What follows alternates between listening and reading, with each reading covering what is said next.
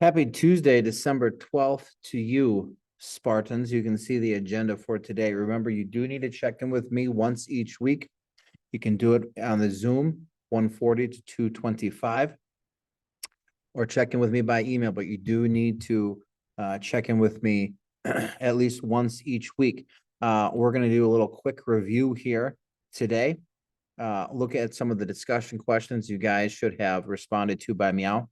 And then you are finishing up the documentary. You're watching the last ballpark 50 minutes of the documentary. You should have that done by Thursday this week. On Thursday, I'm going to open up the next set of discussion questions that you'll make responses to. But today, tomorrow, Wednesday, the 13th, knock out the rest of the video. And then again, I'll post some discussion questions for you as we continue on through this process.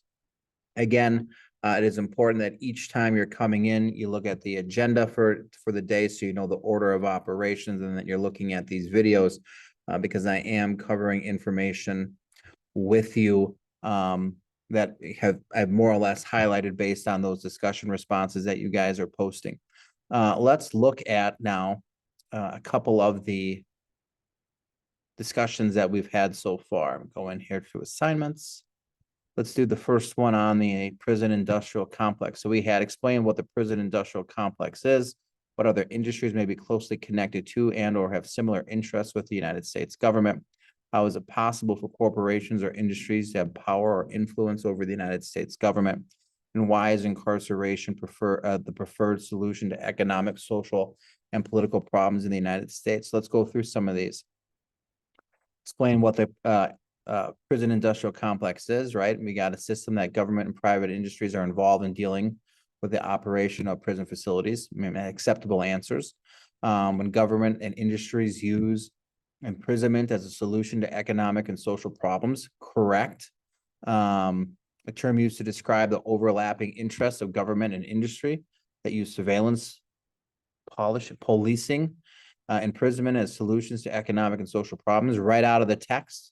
When prisons and government and private companies work together to make money from incarceration, it can lead to unfair treatment and over incarceration. Absolutely.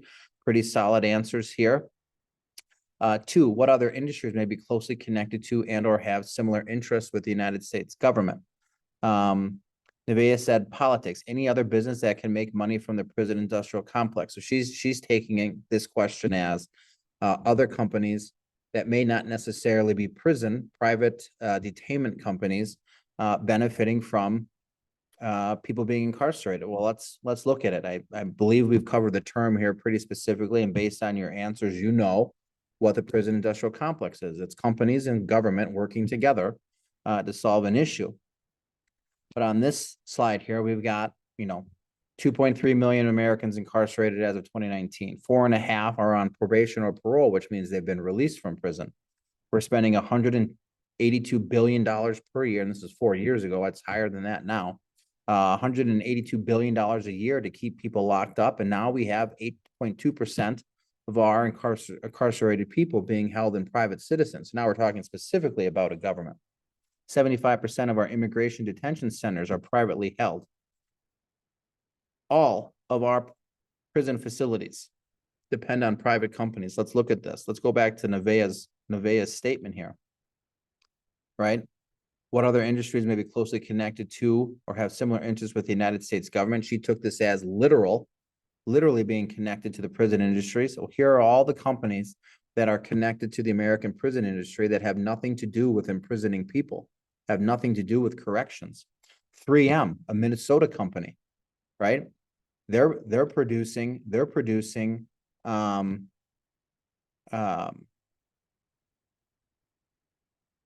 some of their products are being used to monitor people. Some of their products are being used to operate, to perform routine healthcare in prisons. We can go down. Amazon makes money off the prison industrial complex because they offer more or less data storage in the cloud for our corrections facilities. Aramex is a food service company. They're providing our prisons with food. linens. We continue on. Banks are involved in the American prison industrial complex. They're the ones financing the construction of them. Berkshire Hathaway, right? Healthcare companies. Let's go down. Costco. Costco was using prison labor as part of their supply chain. Now they're working to reduce that, but it's still there. Our car companies, General Motors and Ford, they're producing the vehicles that are used to transport. JP Morgan and Chase, financial backing of these companies. Motorola, our phone companies, are involved in the prison industrial complex because they're providing the prisons with their phone networks, either for in-prison communication amongst security personnel, or the ability for prisoners to make calls outside of prison. Let's scroll on down. What other big ones? U.S. Bancorp is involved in it. Walmart uses prison labor for their supply chain. Wells Fargo, right? They're the backing of funds for private prison facilities being built. But for this question, I was looking at other industries outside of the prison industrial complex, other than companies directly related to prisons and incarceration. What other companies may have similar connections with the United States, similar interests with the United States government to solve societal, economic, or political issues? So Casey said pharmaceutical companies. No question. I mean, we had a pandemic worldwide a couple of years ago. The United States government worked together with pharmaceutical companies to get a vaccination. What else do we have? Jamie went with prison again, clearly. Healthcare and cybersecurity. The United States has an aging population. We are getting older. We are living longer. Healthcare needs are going to increase. You cannot tell me the United States government has not been collaborating with healthcare companies, and healthcare companies are not doing anything for free. They cannot hide behind any altruistic motivations to make people's lives better. They're doing it because they make money and the government lets them. But think about education. You are required to go to school until you are, in many states, 18. Why? Is there an overlapping interest between those who work in education, me, my job, and government interests?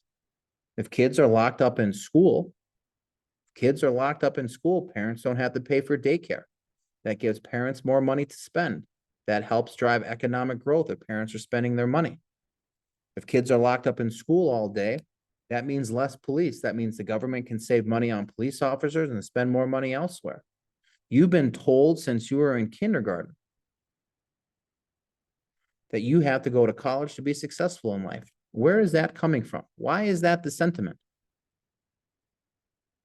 Is there an overlapping interest between educators and the education industry and government? The government benefits from a more educated workforce.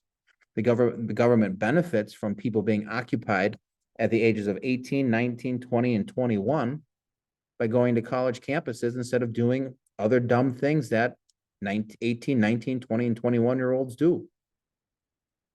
There's a bunch of different industries in this country that have overlapping interests with the government. Are they working together? Are they doing things that can disenfranchise, exploit the American population? Think back to the President Trump administration. He ran on a promise to bring back factory jobs to the United States. Carrier air conditioning was brought back. I believe they established a plant in Indiana. They didn't have to pay taxes. They were able to hire Americans to work and pay them a decent wage. Why? Because they didn't have to pay taxes on their profits. Probably didn't have to pay property taxes. Is that fair? Think about the automotive industry. We've had the technology for battery-powered, hydro-powered, solar-powered cars for quite some time, but yet we're still stuck on fossil fuels. Is that because our fossil fuels industry has some influence or is working together with our politicians? There's a lot of overlap between our corporations and our government. And the people who are in our government and run corporations are all very wealthy. Are they working together to gain the upper hand over us, the middle income, lower income, average American? How is it possible to have power and influence over the United States government? Nevaeh says money. Casey Duran says money. Jamie Peltier says prejudice. For a time, I think if we're going back 30, 40 years, I think that's an issue. We'll get a little further into that way, why that may not be the case today. Milana says campaign contributions. No question. We're going to watch a video next week on the role of campaign finance. Politicians need money to be elected. Doesn't matter who they are, doesn't matter what their ideas are, doesn't matter what their potential solutions are. They have to have money to be elected. Are these politicians doing what corporations want so they get their campaign donations to run for office? Let's go to the last question. Why is incarceration the preferred solution to any sort of economic, social, or political problems? Nevaeh says it probably increases control over the public. It's probably easier to the government to put people in prison rather than find a different form of rehabilitation. It's logical. Casey prefers solution because it's easier way to keep things contained. No doubt. Jamie, try to keep the bad people away. There's a winner right there. The people who commit crimes. I would imagine you all have some sort of sentiment, some sort of feeling that they're bad people. They're criminals. The documentary that you're watching more or less portrays them as, animals, barbarians, deviants. How do we sell to the American public that those people need help, that the bad people need help? You guys have been conditioned your entire life. If you break a rule, if you talk back, if you don't do your homework, if you lip off, if you don't clean your room, that you're a bad person, that there is something wrong with you. How do we argue to help them? Let's look at Milana's. I believe it's a preferred solution, blah, blah, blah, blah, blah, because it helps keep marginalized groups oppressed and deepens their disadvantages. Can't deny that. For a time,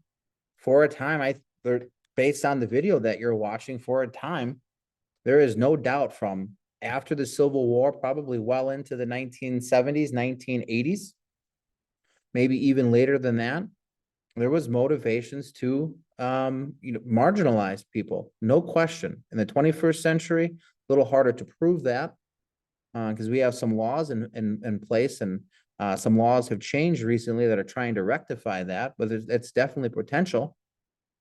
I think the one that we missed here is the amount of money that it costs. That's what I'm trying to review. I think Nevaeh kind of talked about it. It's probably easier. Yeah, no question, it's easier. And here's the thing about crime and punishment. Punishment does not stop crime. I mean, if you think about it at its core, at the order of operations, the punishment comes after the crime. Imprisonment, harsh penalties, 3 strikes you're out, whatever it is, it all comes after the crime is committed. Punishment does not deter crime. Doesn't matter what the punishment is. Doesn't matter if the death penalty was the consequence for every crime. Crime would still happen. Punishment does not deter crime. It can't. It comes after the fact. People who are, and studies show, significant amount of analysis of sociology and psychology, nothing stops criminals from criminal behavior. I mean, you watch the first 50 minutes of the video, you know that one law that got written in many states and was passed was 3 strikes you're out, which means people had already committed 2 crimes and then committed a third.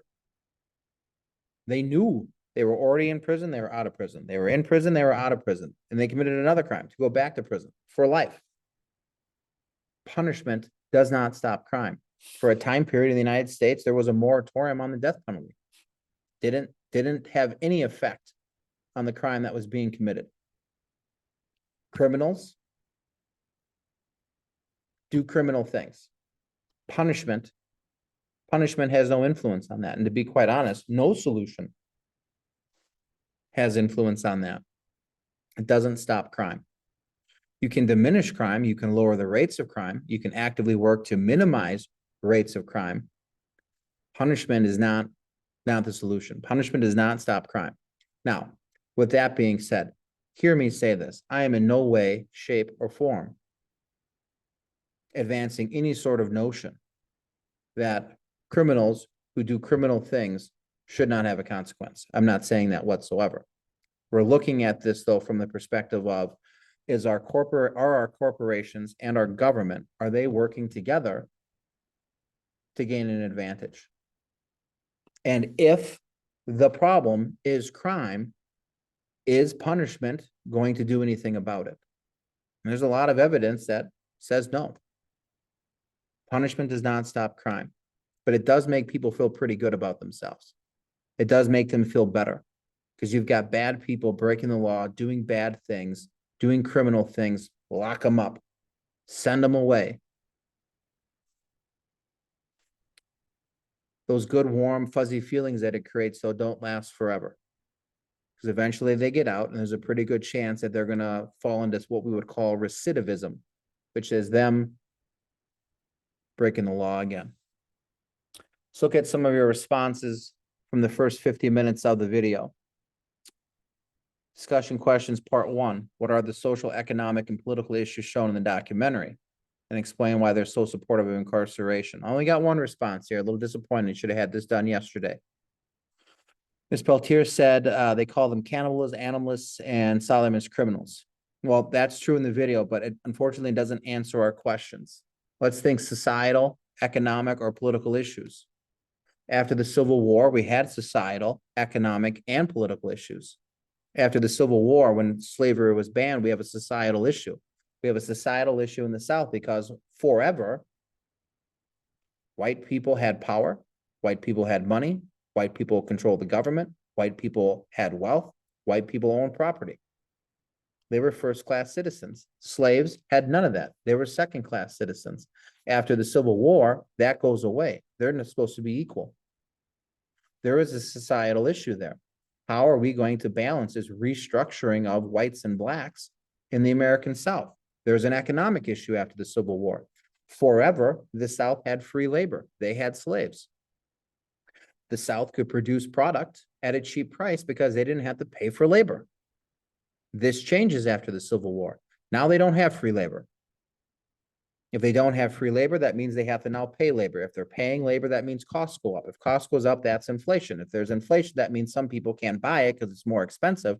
That means the companies aren't making any money or as much money because they've lost some of the market that buys their products. An economic issue. We also have a political issue in the South. Forever, the governments in the South and the representatives from the South in the United States government were all white. Well, now black people are eligible to run. That's what I was looking for there. Some of the issues. We go forward through the video. After World War II, we run into the baby boom generation. We're talking somewhere between 80 million, around 80 million people. So that's like 2 to 4 million people born every single year between 1946 and 1964. That's a societal issue. That's an economic issue. That's a political issue. What are we going to do with all of these kids? Where are they going to go to school? Societal issue. For a time in this country, but during the baby boom, schools weren't big enough to handle the number of kids that they had. And you couldn't just, turn a switch and have a new school. They had to be built. So if there was a few years where schools had to basically run in 2 shifts, you had a morning school and an afternoon school. So the morning shift went from school from 7 to we'll call it 11:30. And the afternoon kids went from 12 to 4:30. They ran 2 shifts. We have an economic issue. If you have a huge increase in population, you're going to have a huge increase in demand on our goods. If supply is not keeping up with demand, then you have an increase in price based on the law of economics, supply and demand. How do we solve that? We're going to have a political issue. You're going to have a bunch of kids. Naturally, kids cost a lot of money. Naturally, kids, since they're young, you guys are young, you're still kids. Kids do stupid things. So we're going to see a natural increase in crime, of laws being broken, of deviance. Why? Because we have a huge influx of kids. We have more kids than we do adults. Going on through the video, we had things like the war on crime. We had an increase in crime in the 1970s, 1980s. Why? Because we have a huge influx of kids. We have a war on drugs. Why? Because we got a bunch of kids. And we have the infiltration of drugs, which the video doesn't explain to you. The government was a part of this to pay for their wars all over the world to fight communism. So again, we go back to the government and corporations having some overlapping interests here, and they both mutually benefit from it. Explain why Americans are so supportive of incarceration. Jamie got this one right, because it gets the criminals off the street. There's no question. And it's kind of what we've already talked about here a little bit today. Criminals, people who break the law, people who act out in society, they're labeled bad. And it doesn't matter if you're a murderer or you're a kid who's late to school every day. People start conjuring up these images from their own experience, from what they've gone through in life. If you are not following the rules, then you're a bad person. That's why we have these rules. That's why we label people as bad, is to kind of force them into following the expectations of society so society can function. Locking them up, getting them out of the way, putting them away, makes us all feel more comfortable. But as our information shows, locking people up and not addressing the issue, the cause of the issue, leads to an increase in crime. Sorry, leads to an increase. Well, yes, it does lead to an increase in crime. It also leads to an increase in our prison population, which our corporations, I can guarantee you, don't want to necessarily give up. I mean, think about this. In a capitalist society, people are free to buy what they want, spend what they want, and choose where they buy and spend. If we've got millions of Americans locked up in prison every single day, there's no competition there. The corporations have them. They don't get to go from one restaurant to the next. They eat whatever's put in front of them. There's no marketing from our corporations. Here's the product. The government buys it. They're going to buy whatever is the cheapest product. Prisoners don't have choice. This is an easy way for them to make money. The phone systems, right? Some of you shop around your phones. Is it Verizon? Is it T-Mobile? Is it AT&T? You get to take your number with you now wherever you go because of the law that was passed. You don't have to shop for the best product or the best price. Or you shop for the best product and the best price. Prisoners don't have that option.